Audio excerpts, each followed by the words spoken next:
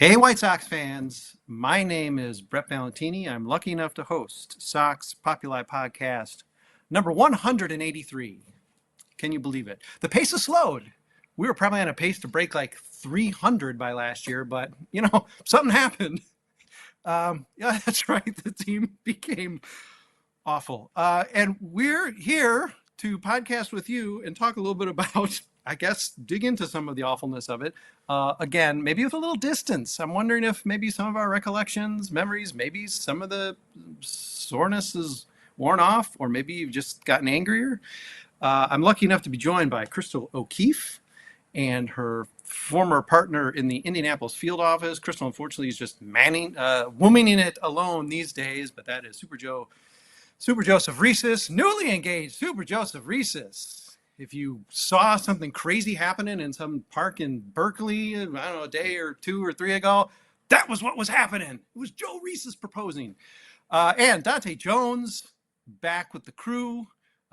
Technical issues put aside. Oh, that crazy demands of work and employers put aside. Come on. The year's almost over, which I guess is the point of us, the four of us, getting together to talk about the White Sox. I don't really know what the excuse is. Ostensibly, it's to congratulate Joe on his engagement and Maddie on her pending guitar lessons, and perhaps to hear Willow speak up. Although I probably shouldn't say the name Willow because, it might unleash something. I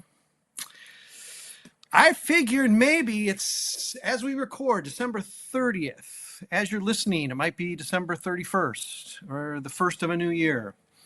And I guess I'm curious of whether or not the hurt, the pain, the shock, the disappointment, the disgust of the 2024 White Sox in a 121 loss season, has it grown for you? Has it abated just with some distance? Has the fact that we've had plenty of other teams popping up to do poorly, like Bears, Bulls, Blackhawks, does that somehow soften the blow that the White Sox are now in league with basically every other team in Chicago? Is your look back at this season any different now as we prepare to enter a very dangerous era and a scary year of 2025?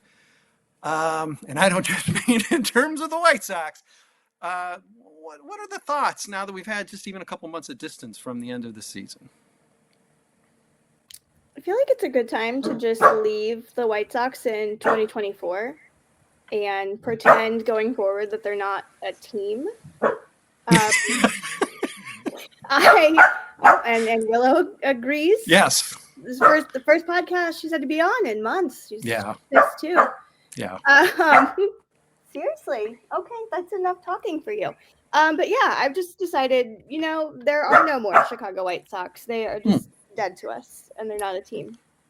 That is a progressive way to go about it. Just dismantle the team in your mind and your heart and so on. I'm guessing maybe Joe and Dante aren't taking necessarily that tact, although frankly, I think I might be getting in line behind Chrystal on that one. Joe, Dante, thoughts, a little distance. Dante in particular, I mean, you're right there in town. You're involved. I mean, you're engaged with other Chicago teams. Some of us can just say, well, we dip our toe into the White Sox and we try not to smell into the other ones, but you're in it. So it's the fact that the teams are doing poorly soften the blow of the White Sox? God, no, it doesn't help. It makes it worse. Okay. Listen, long time since I've been here because the White Sox have been horrible most of the year. I did not get to tell a story of I saw one White Sox win this season, this past year. It was the last home game of the season because they decided to sweep the Angels. And I bought 2 signed baseballs, all that stuff. It was a fun game. That being said, the White Sox suck, and at least the tickets were cheap. I can't get to a Bears game. Bulls games are still expensive. Yeah. I don't want to go to a Hawks game too badly right now. And the team up north, I went to enough of those games, and I still have to deal with my dad. Yeah, that's a very complicated issue, not just centered around the fact that the White Sox are awful. So my heart goes out to you there for sure. Yeah. Okay. Well, Joe, give it to us. This is the second season you've been out of Chicago, or the first? I mean, either way, you've been in the area all your life. It obviously hits differently. It probably was a good year to not be in Chicago. And in fact, if it's been 2 years, the last 2 years probably haven't been bad ones to be outside of Chicago. But again, with any distance, I mean, you and I can really connect on this one. But with any distance, does it make any difference? Or are you just still sort of aching for the team that you want to do well, or the team you remember from 2005, becoming a laughing stock of all of baseball and sports and the world? Yeah, the distance didn't really help, I would say. It was certainly a season that I would like to forget. And my sentiments regarding the 2024 White Sox hasn't really changed since the final game was played. There were not many good moments, but I will say the one good thing about actually, well, there were a few good things about being, I would say, really far away from the team. This was a rare season where being many miles away was at least a very slight consolation. And in my case, I certainly would not have attended the iconic 21 game losing streak breaking game in Oakland. That was a game I was able to get to. That's true.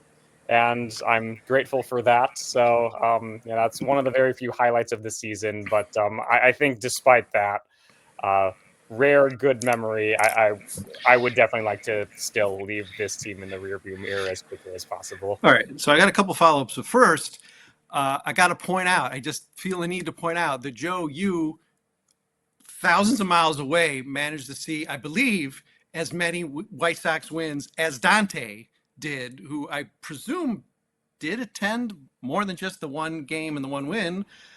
So many games because the tickets were so cheap. So very cheap. It was not as painful. It didn't smart quite as badly when you spent $5 for a ticket or whatever it was. Yeah. Hey, they even stopped doing the whole no one could go into 100 level thing. So what can they really enforce anymore? Okay, Joe, I just want to confirm. Now, was this the first full year away, second full year away, or was it an in-season move last year? What was it? How long have you been away?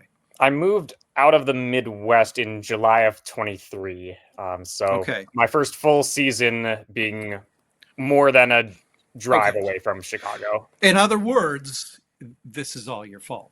Probably. Thanks a lot, Joe. I had just lopped on another 20 losses with you not being in the general, broad area. Okay, I think we've sort of hinted at this because even though Chrystal's just has disbanded the team in her mind, Dante managed to find a positive and actually purchase some merchandise. Joe's found a positive, but okay, I'm going to hit you with a challenging follow-up question to each of you, and that is, okay, your favorite moment of 2024. And I mean, of course we can all pass. I mean, maybe a couple of you already answered, but is there a favorite moment? I know this is really pandering for the positive when there can honestly hardly be anything favorite about 2024, but I'm curious to know what it is. I will say I went to the series where the Mets were in town. Mm-hmm. And I did get to see Q pitch, which was amazing. Oh, yeah. And I was with Colleen, and we were sitting in the same section as the 7-line army, the traveling Mets fan base, who are a ton of fun. So that game actually was a blast. The White Sox lost. But I will say, I think Grady's first win as a manager kind of actually made me really excited. I mean, it was very short-lived, but watching how they played once Grady finally took over that season was at least tolerable as a White Sox fan. Like, I watched more games once he was managing and doing a whole lot better. Because I'm pretty sure that if you like did the math on average, I think Sizemore's win count would be the same as 2 years with his name. I think it speaks a lot, actually, Chrystal, because if anything, honestly, I think Grady's percentage might have been worse than Griffol's this year. It was certainly comparable, but the idea that all of us had a vibe that was considerably different, and it wasn't even from what we saw on the field. It was because, this guy tried to answer questions. I understand, come on.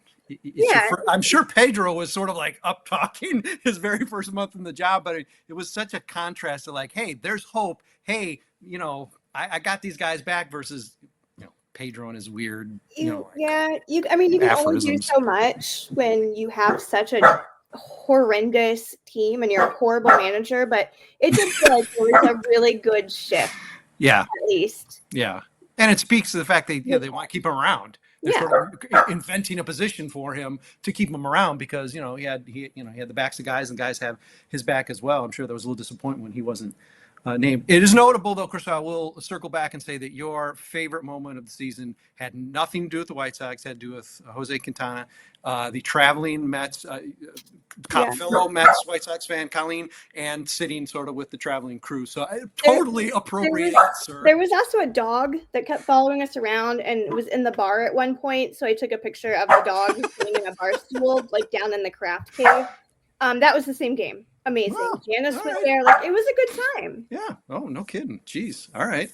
But again, appropriate, centered around Mets, random dog, Colleen, Janice, etc. So and Sox lost. So no real pain there. Okay. You can reiterate your answer. You can get back to it, whatever. But Dante, Joe, favorite moment, in person, out of person, or just that it's over. I mean, in reality, it's the friends we made along the way. Because it surely wasn't much White Sox baseball. Although a few, we saw some home runs. Andrew Benintendi decided not to have a noodle bat in the second half of the season and was a second half All-Star. That was shocking. To the point where they're actually discussing that they could maybe trade the guy somehow, which it's pretty far-fetched. But that's ridiculous. Also, that's even. Shout out to Quintana because one of the signed baseballs was one of his. Oh, there you go. So I had to do that. Mm-hmm. But yeah, you gotta find the good in the abyss of bad. And you did. Okay, Joe, what you got? Yeah, I'm gonna have to go with that game in Oakland. Yeah. That's a surprise to no one. I was actually, I don't think anyone's ever been so excited to see a victory for a 20, what was it at that point in time? A 27, or that was the 28th win. They were stuck on 27. So 28 and 88 after that win. Oh my God. But I was very excited. I saw history kind of, as did, I'm looking at it now, about 5,800 people in the Coliseum that night. Big crowd. Yes. But yeah, that was a fun game to be at, I will say. And I will pick something else as well. A few days later, it was a bizarre game. The White Sox beat the Yankees 12-2. It was very crazy. Gavin Sheets and Andrew Vaughn they combined to go 8 for 10 with 5 doubles. Corey Lee homered, Brooks Baldwin homered. Very, very strange stuff happened, and it was pretty hilarious to see the Yankees portion of social media melting down after that, acting like the world was coming to an end. Yeah. That was a fun game to watch. Absolutely. Let's be honest. You lose a game like that to the White Sox, you're not allowed to. It's good the Dodgers went along with it. Yes. You're not allowed to win the World Series if that happens to you during the regular season. Okay, I promise we'll take a break and get off of 2024 here in just a second. Not that 2025 is actually going to be upbeat or up talking, but who knows? Maybe my guests will surprise me. But I want to throw a stat out because I've referred to it many times, but I never really actually honed it down. And that's going to be sort of a prelude to one final question, another sort of quick hit thing. But I had discussed We've discussed, of course, the noodle bats of the entire White Sox offense. The fact that Chris Getz managed to assemble a team that was as offensively incompetent as ever has been, and we're talking about decades and decades of baseball. So I did look it up because for a time there, the White Sox were they were going to try to chase down the 1977 Atlanta Braves, -10 WAR just on offense, which is the worst in history. I did actually look it up for this podcast, so please do not castigate me and say I never do any research for podcasts, although I got to tell you, I'm very low energy on the podcast these days, despite my smiling countenance and engaging tone. -10, 1977 Braves, worst ever. -8.7 is the second worst of all time. That's a 42-game season in the Negro Leagues from the 1926 Dayton Marcos. Technically, I guess, based on my StatHead lookup, shout out Sports Reference, they came up, so I guess they count. And of course, Negro Leagues are major leagues. Second worst ever. So God knows if they'd actually played like 120, 130, 140 games, they'd be stratospherically ahead in this terrible, terrible stat. Number 3, the 1979 Oakland A's. Okay, so 2 teams from the late 70s among the 3 worst of all time before Billy Ball took some root there briefly in Oakland. -6.9 WAR. 1886 Kansas City Cowboys of the National League.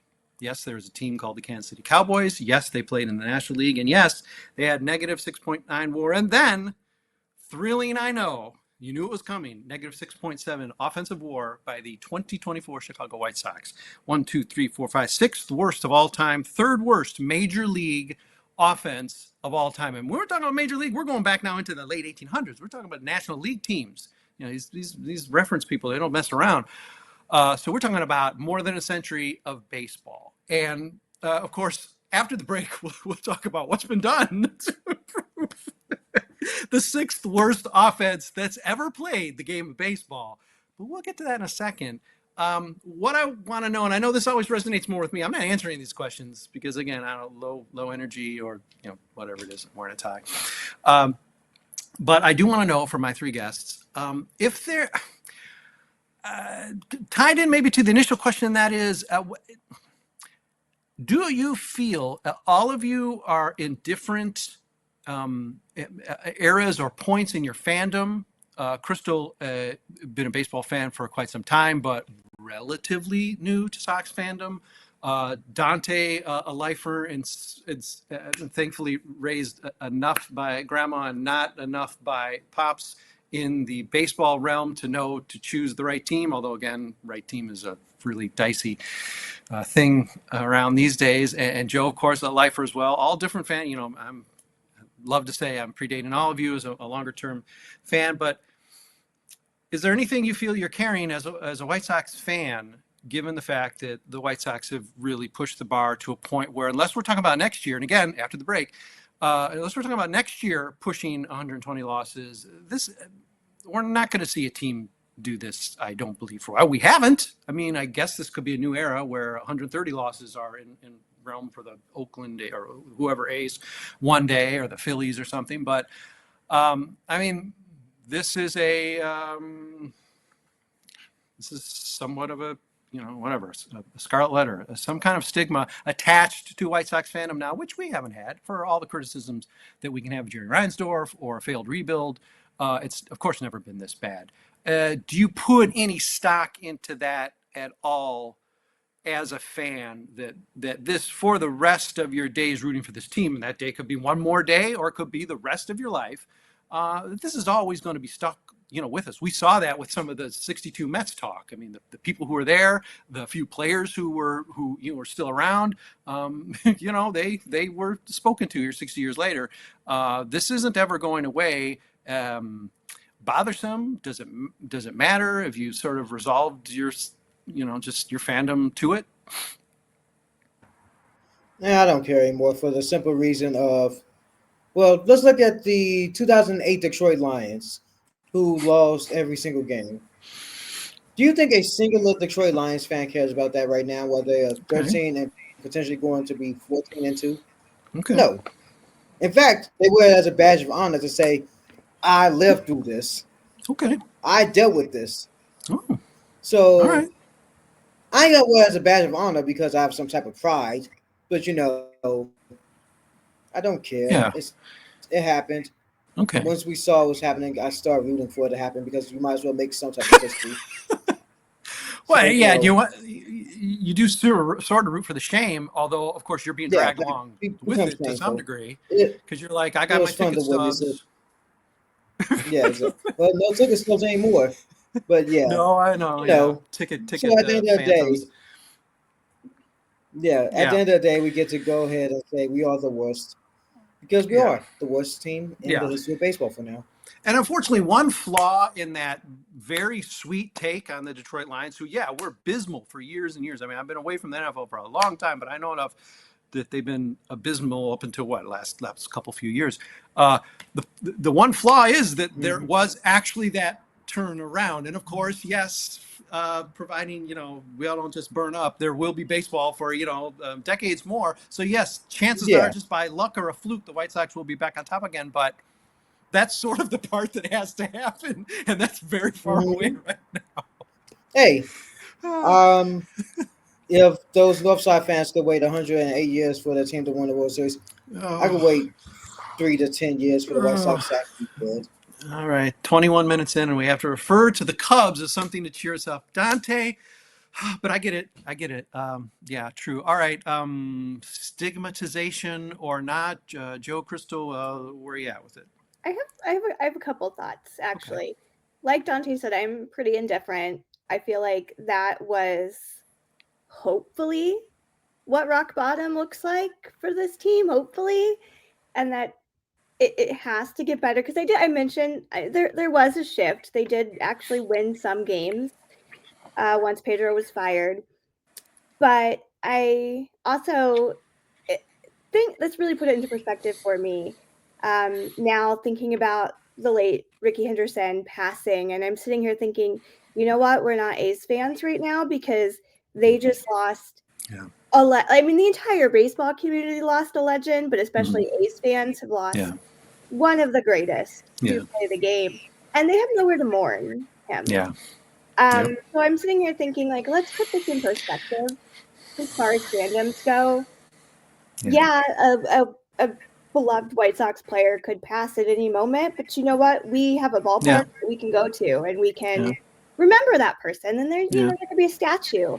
Yeah. And when I was in Oakland in May, yeah, it says Ricky Henderson Field, but like, there's not. They don't care. They Yeah. didn't care about anything for the last Yeah. probably 20 years, Yeah. if not more. So that kind of put Yeah. everything into perspective for me. Of it could be bad, but at least we don't have a Jeff Fisher right now who just basically slap every single Oakland fan in the face. And Yep. it was really depressing. Today I was going through and uploading like redoing my visiting dugout form. And I'm going through and I'm like adding all the teams. And I just because Mhm. I am forgetful, I go and I'm like, oh, I'm just gonna pull up every team so I can make sure I do not miss a single one.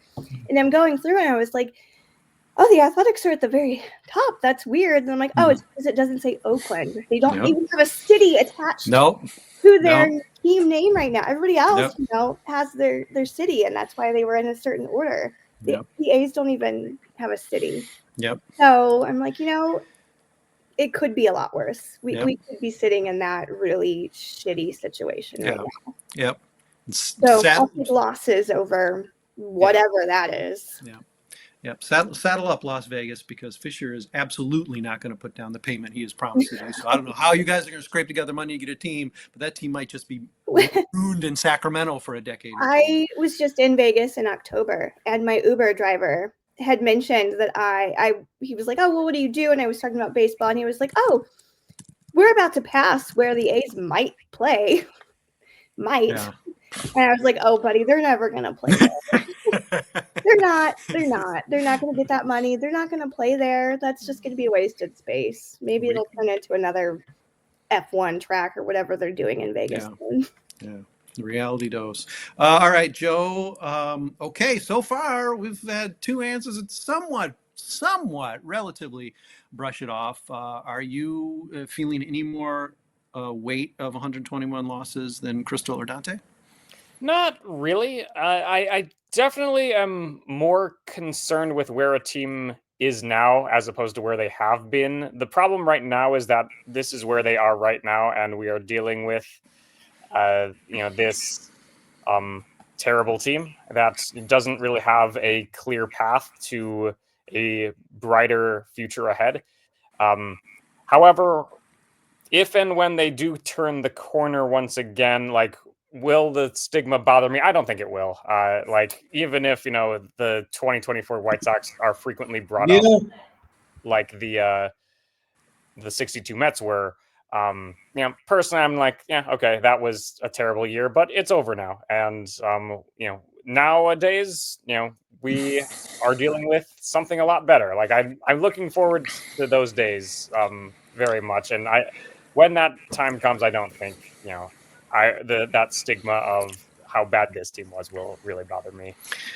Man, the three of you are so much healthier than me. I think of myself as sort of a mellow chill fan, but then I'm revealed as like the angry one all the time. I hate it. I hate it attached. Maybe there's something to having maybe a few more years of fandom. I do absolutely get Dante's perspective, and Joe, you sort of brushing off a bit, and Chrystal, clearly the perspective of having a place to actually still gather, to lay some flowers, to recall the memories. Even for us, maybe we want to recall Comiskey memories is not there, but you can sort of still make that transfer to whatever degree. So, I mean, I do totally get all of that, but I hate that this will be on our ledger for the rest of time. And then having to cite examples like the Detroit Lions or the Cubs. The A's, yeah, that's unique, but I mean, literally, we have to comfort ourselves with the fact that there is a team without a city. There's a fan base that doesn't have a team any longer, and that's the sole comfort. That's really scraping the bottom. But again, it could always be something else, and of course, I could be a Cubs fan, so I mean, it can always be worse. But no, I hate it. So I'll answer my own question there. We're gonna take a break, but Dante, do you think you will be with us for second half or no? I would say I don't think my connection's gonna last. Okay. So before I head out, I just want Yeah. to say agree with Chrystal and Joe about just losing Ricky. As an African American fan, growing up and hearing stories about Ricky and playing video games and Ricky's in the game and all this and all that, it really hurt my heart to lose him. Yeah. And a friend of mine who's a A's fan, an Oakland A's fan, because they are the Oakland A's. Don't care what John Fisher says, as Oakland A's fans would say. And for Melissa, fuck John Fisher. But at the end of the day, that team is Ricky's team. Mm-hmm. It is the fans of Oakland's team. And the fact that they have to lose their team due to capitalistic greed is a shame. Yeah. And as Chrystal said, it could be worse. Yeah. We could have someone that's somehow even worse than Jerry Reinsdorf as Governor. Yeah. And with that, I bid you guys adieu, and I'll see you soon. All right. See you in 2025, Dante. Yeah, I think all four of us would agree that we lost a really important part of baseball. As I wrote at Southside Sox, definitely my short list of all-time favorite players. Part of me being so excited to get Tim Raines. Tim Raines, in a way, was like sort of the Ricky Henderson light to me. That's dissing. Well, that's dissing somebody. Ricky, I'm sure, would feel it's dissing him, but it's probably dissing Tim. But just the idea that you could have a player cut from the mold of Ricky Henderson on your team was such a thrill to me. It really made the 90s decade, though it really got sour fairly quick, really exciting there for a while. Personally, seriously, rest in peace, Ricky Henderson, because my goodness, there's not going to be another like you. Even with the easier rules, the man would have stolen 250 bases in 2023 or 2024. We're going to take a quick break and then talk a little bit about 2025. I'm not sure how much we want to do that, but we are going to do that. Stick with us for a minute and we will come back and maybe try to up talk another season, even as if you're watching us on YouTube, you can now see some of the terror inflicted by Diabolik on the White Sox field last season. And it doesn't seem like 2025 is going to be too much brighter, but let's see if Chrystal and Joe can talk me out of that notion, disabuse me of my pessimism for 2025. Hang with us for a minute. We'll be back. Hey, White Sox fans. My name is Brett Ballantini. You probably don't want to hear from me. You probably get tired of hearing me, even though, my goodness, it seems like we've done about 4 podcasts in 2024. We did many more than that just to track the all-time badness of the Chicago White Sox. Ain't that fun? And here's the thing. As we turn the calendar toward 2025 and it's like 80 odd days until there's games, or I have like 60 days of spring training, whatever it is, I'm really trying to avoid it, laying down completely and avoiding the fact that a season is going to be upon us sooner than I'm comfortable with being, is that not much is changed. You cannot convince me much is going to change in 2025.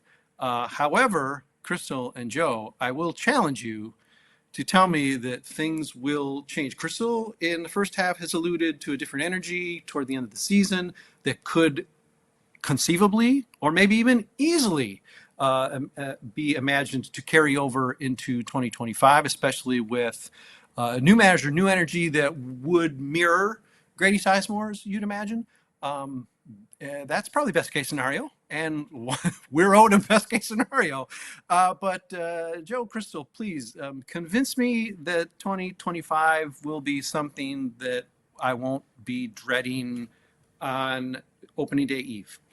Well, you are one of the most glass half full people I've ever met, so I don't know how easy this task will be. I will say, if they were not going to put Sizemore in as, the manager for this season, I will say Venable was probably the option. I would have went, that was the only other name that did anything for me as far as that whole kind of sham of a search. So, this is what I've been doing. My dearest husband, who at this point only gets his baseball news from me. I've talked to him. I've talked to his mother, who kind of gave up on the White Sox for a bit too, and anyone else who is asked, because they're like, "Oh, you actually know about this? I'm going to ask you 9 million questions." I have said that he gives me a glimmer of hope, and like I said before the break, I think 2024 was what rock bottom really looked like.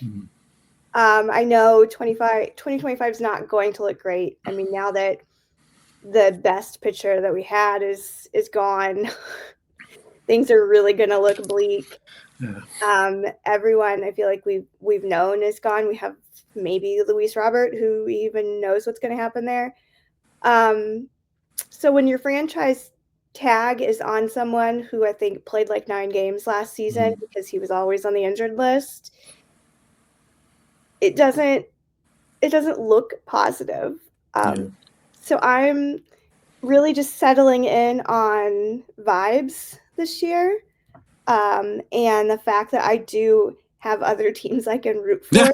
I won't be as depressed, like the Mets getting Juan Soto. I'm just like, Juan Soto on the Mets this year. Don't kill yourself because baseball is so bad.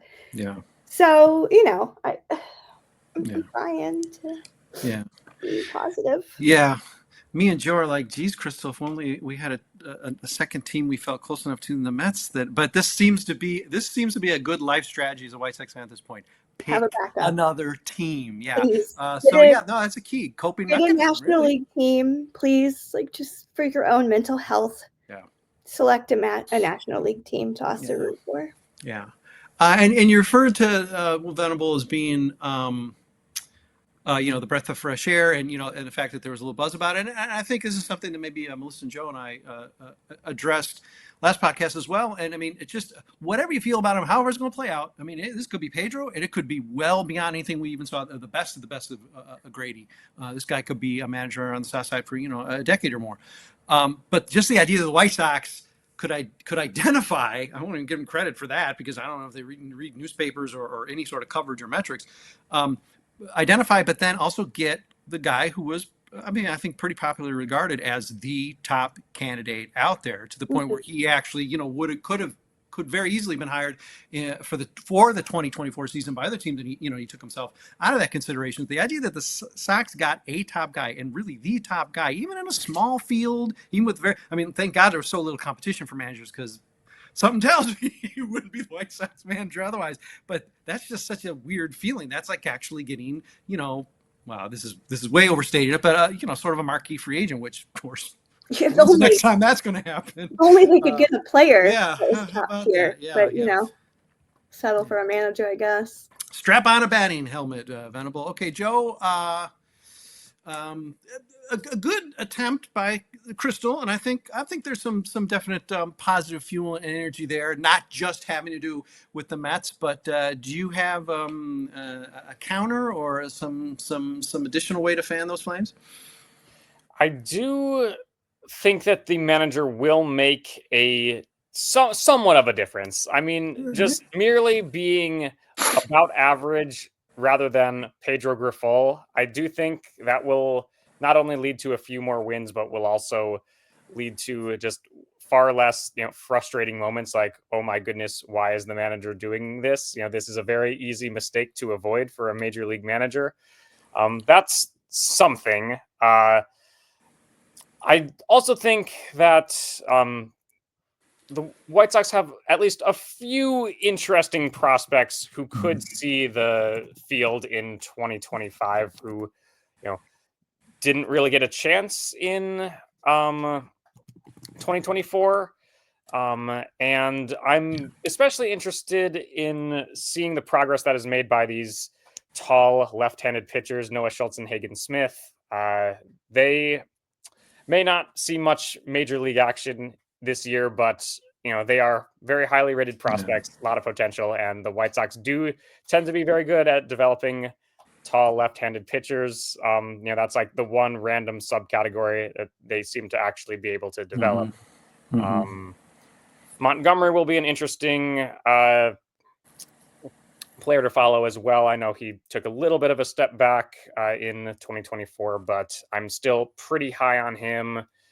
Edgar Quero, they might, he's still very young, and I'm very interested in seeing how he is at the catcher position. The White Sox, of course, lately, defense catcher, they haven't really had much in terms of, defensive abilities among catchers, and I'm interested in seeing how, he pans out.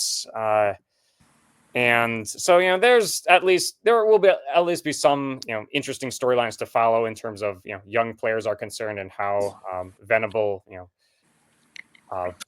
plays them and how he interacts with them.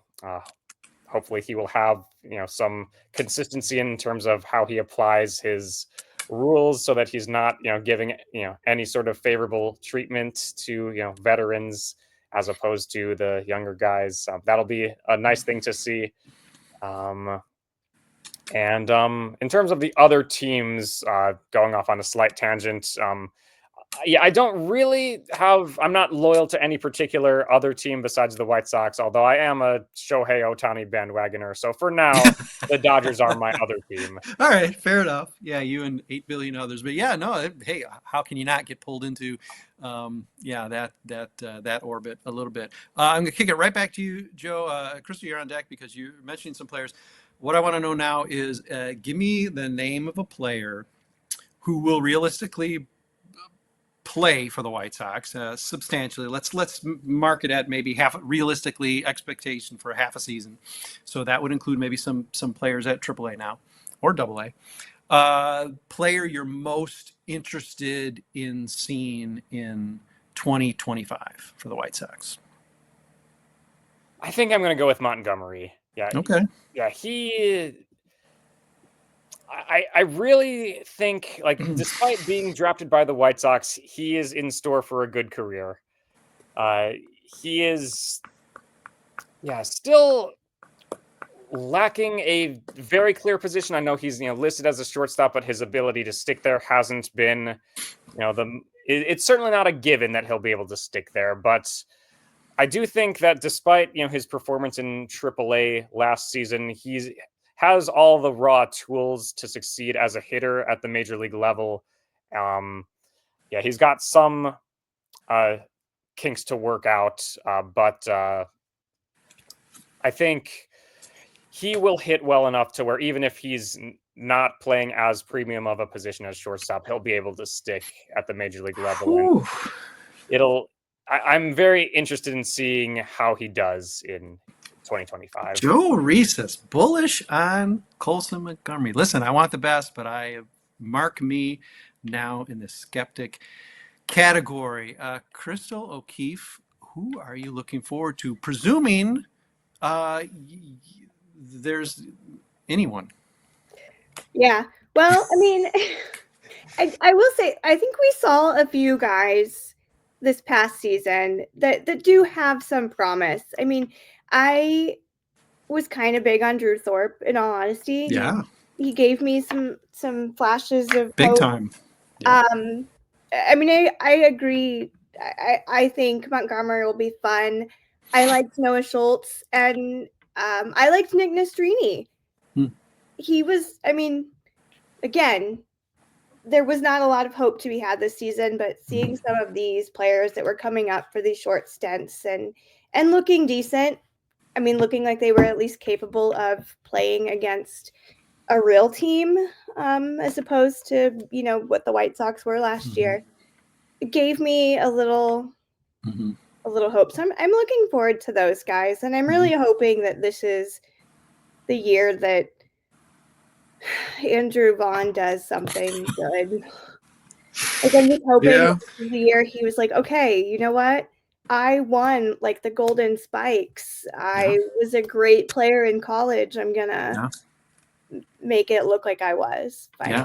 Yeah, that was almost like this decade. So yeah, it's not like that was 15 years ago. That far. Also, I meant to say this when we talked about Venable. He has never been associated with the Royals.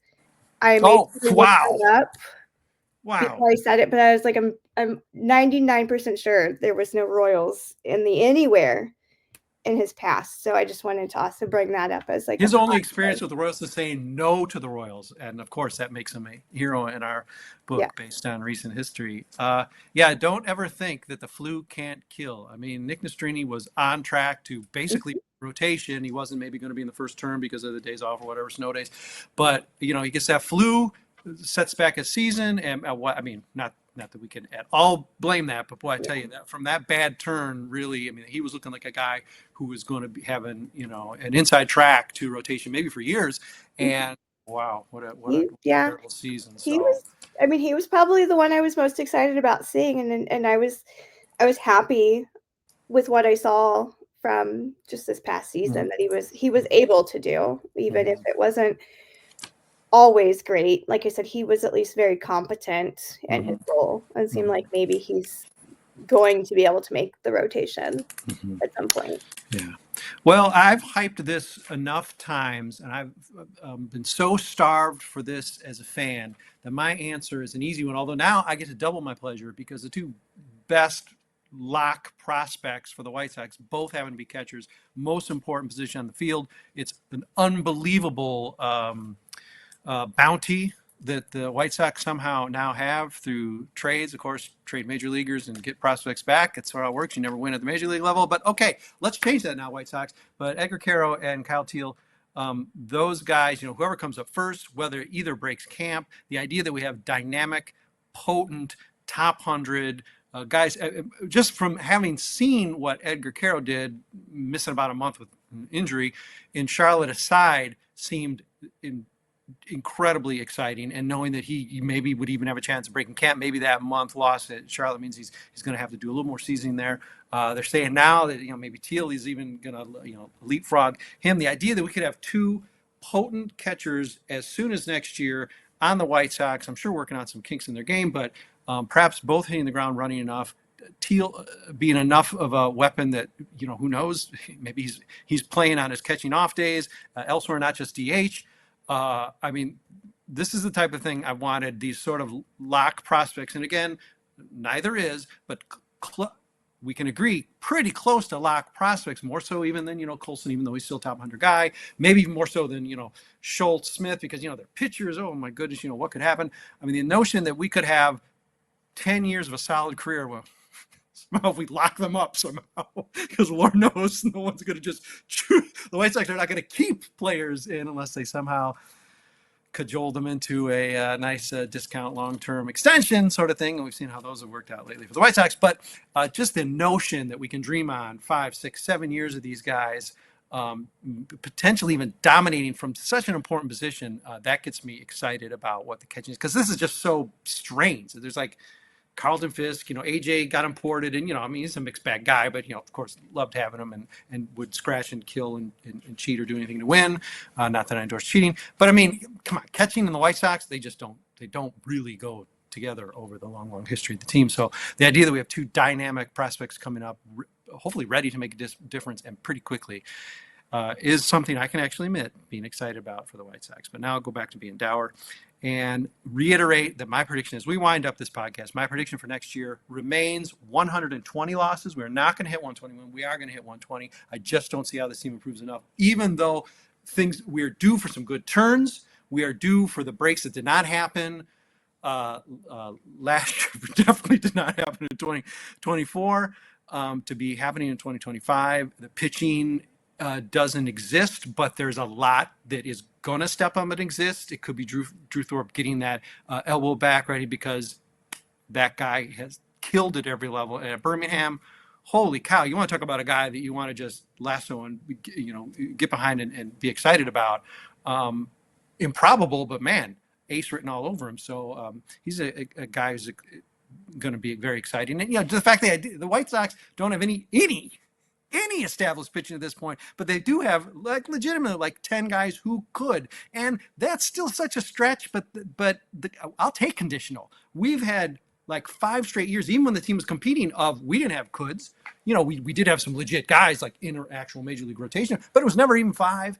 And the notion that the 6 to 10 guys at AAA or in the minors they were not probables in the least. The idea that the Sox actually do sort of have a stable of guys, that should at least keep the White Sox where they were. I can't see how the offense improves, so I don't know. I'm still saying 120. So Chrystal and Joe, I'm going to press you for a very, very early, no games played, not even 2025 yet, but early prediction on. You could choose to be positive and say wins. That's, I think, how we did it with Melissa Joe last podcast. But early take on a record for 2025.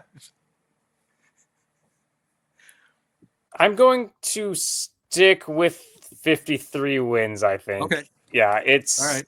I'm maybe drinking some Kool-Aid with the prospects. But, yeah, I think they have enough going on with the new manager and incoming prospects to where they can make a modest improvement. And there's a very important disclaimer, I think, that going from 41 wins, improving a little bit from there isn't nearly as hard as, say, improving from, say, 90 to 102. Okay, that's a fair disclaimer. I know you just cannot bear a second consecutive season of more than 110 losses, especially because until last year, it never happened in White Sox history. So I don't blame you for having an aversion, and applaud your optimism. I think you're a little loopy, but then you do better at these predictions than I do, Joe. So maybe you're going to be closer to the actual answer than me, but it's not going to be as low as 109. Okay, Chrystal, what's your thought? I choose to be slightly optimistic, not crazy optimistic. Okay. But I would say, and I don't have an exact number, but I would say wins in the 50s. I like those 53. I would bet that they would be around that area. I don't think they would go over 60 wins, but I think somewhere in that 50s seems like a good spot, and I would be content, especially with a bunch of literal children playing right now. That'll be up next year. So yeah, I'm going to choose to be confident. I'm going to choose to think that Venable's going to do a better job with them, and we'll get maybe 50 wins. Yeah, so a triple figure losses for a third straight year is, we're agreeing, inevitable, because Chrystal, you're not even coming close to predicting avoiding that either. And listen, if things click, I mean, as young young players. I mean, and they could surprise. The notion that they're going to be two WAR players or even minor stars hitting the ground, or that's Andrew Vaughn is going to be that. I mean, that's far. It's not impossible. Very far fetched, and so I do think taking my Dower route makes more sense because we don't see the improvement in this team, and what improvement there will be is like a year or two down the road. Drew Thorpe still maybe going to, get some scratches and bumps and bruises. If no Schultz comes up in the second half, he's going to get, somehow, even though he's like perfect, he's going to get scratched up a little bit, especially because he's still yet, Joe, I got to say it, hasn't pitched 5 innings as a professional yet. But the idea that these guys are going to be throwing in, and I don't know, the temperature of the team is going to be warmer. There is going to, I mean, there is more talent, whether it's ready to be realized in 2025 or not. There is more untapped talent on this roster and in this system than there was a year ago, because Lord knows what Getz was doing in assembling the cast of characters he did last year. It's good that he sort of quit. It's good that he just said, I'm not going to do it at all this year. Okay, token guy or two, whatever, some weird catcher, this or that. Okay, fine, but yeah, he's not actually trying. He's just like, okay, let's see the fruits of my labor. And of course, a question we could ask if we weren't going to end sort of on a positive note is, how long does the guy have in the chair? Because Lord knows the clock is really ticking now. He can say, Grifol wasn't my choice, or I inherited some of these players, or even Luis Robert. Yeah, I'm not really wild about the guy. But, at this point, getting close to 100% of the roster being his. So, yeah, you're going to have to wear it at this point. And I think we three have agreed it is still going to be a really rough and parched summer, but hopefully with a little bit more impactful positives and actual legitimate hope. It could be in the manager's chair. It could be even in the coaching staff. It could, obviously definitely come from the players. The idea that we get 5 at least legitimate starters, guys who flash enough to say, hey, you know what? I can see this guy being penciled in for rotation. We already have a few of those guys, I think, at this point. But to know that there are probably going to be a couple more coming, are like, all right, okay, his feet are on the ground. And then maybe actually 1 or 2 players who can hit the baseball. Now that seems like a bit more of a stretch, but we'll have time in 2025 before the season even begins to address what the White Sox are going to do when they have bats in their hands. Do they know that they're supposed to swing forward? Do they know how they're supposed to stand in the box? Do they know they have to wait until the pitch comes to swing? At this point, I think we got to break it down to the real basics of the game, because there's no T. So what are they going to do when they're in the batter's box? Because they did not seem to know what to do with a negative 6.7 WAR last season. Not to harp on that too much, but all right. Chrystal and Joe both, okay, sidling up to 109 losses. That's cool. I'm gonna stay strong and stay firm at 120. I hate it, but I just don't see it happening differently. But boy, I pray I'm wrong. I always do. Isn't it sad to always have to pray you're wrong about your instincts when it comes to the White Sox? And that definitely goes for off the field. I'm just talking about on the field. Off the field, oh Lord, that's a whole nother podcast, isn't it? But we're far enough into this one that we just shouldn't trickle into that. Chrystal, good luck to you and family on the guitar lessons pen. That's a good way to ring. That's always a good way to ring in with power chords to ring in a new year. So yeah, can't wait. Also, if you're listening to this, we are at least only 42 days away until pitchers and catchers report. So if you're listening to this on New Year's Eve, wow, 42 days. Okay, Jackie Robinson days. Okay, and Joe Reese is very important because 42 days, that's roughly going to count down to Valentine's Day. Congratulations to Joe Reese, engaged to be married. So congratulations to you, Joe. Do not forget your first engaged Valentine's Day. That's a party foul that might be tough to recover from, so don't do that. But congratulations to you, Joe. Thanks for taking time out during an exciting time to talk about the Chicago White Sox. Not a strategic move I'd recommend doing again, but I trust you won't be interrupting honeymoons or anything like that to be on a White Sox podcast, no matter how well they're playing. So congratulations to you, Joe. Yeah, thank you so much for the congratulations, and it was my pleasure to be on once again. Now that the world knows. Hope it wasn't supposed to be a secret. Anyway, yes, that's the world. Sorry Sorry, girls, he's taken. All right, that is podcast number, what is it, 183. We'll have 184 at some point. I'm going to put it off as long as humanly possible. But as Chrystal just warned us, did you hear that warning? It was like an air raid, I think, that rang in the Chicagoland area. 2 days until the White Sox show up, wear uniforms, start to get measured and poked and prodded and fed. And they're going to be expected to play games. That means in about 50 days or so. So brace yourself. Jackie Robinson games.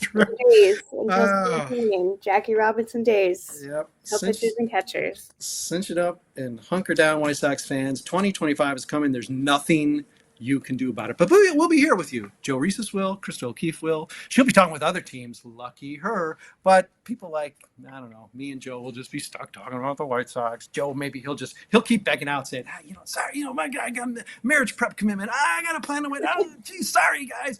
Joe's going to get so caught up on Dodgers baseball that he's going to come on Visiting Dugout and talk about the Dodgers. There you go. Oh, my gosh. I see an assignment, Joe. Sorry. Well, it was nice having you for a while there on the White Sox podcast called Sox Populi.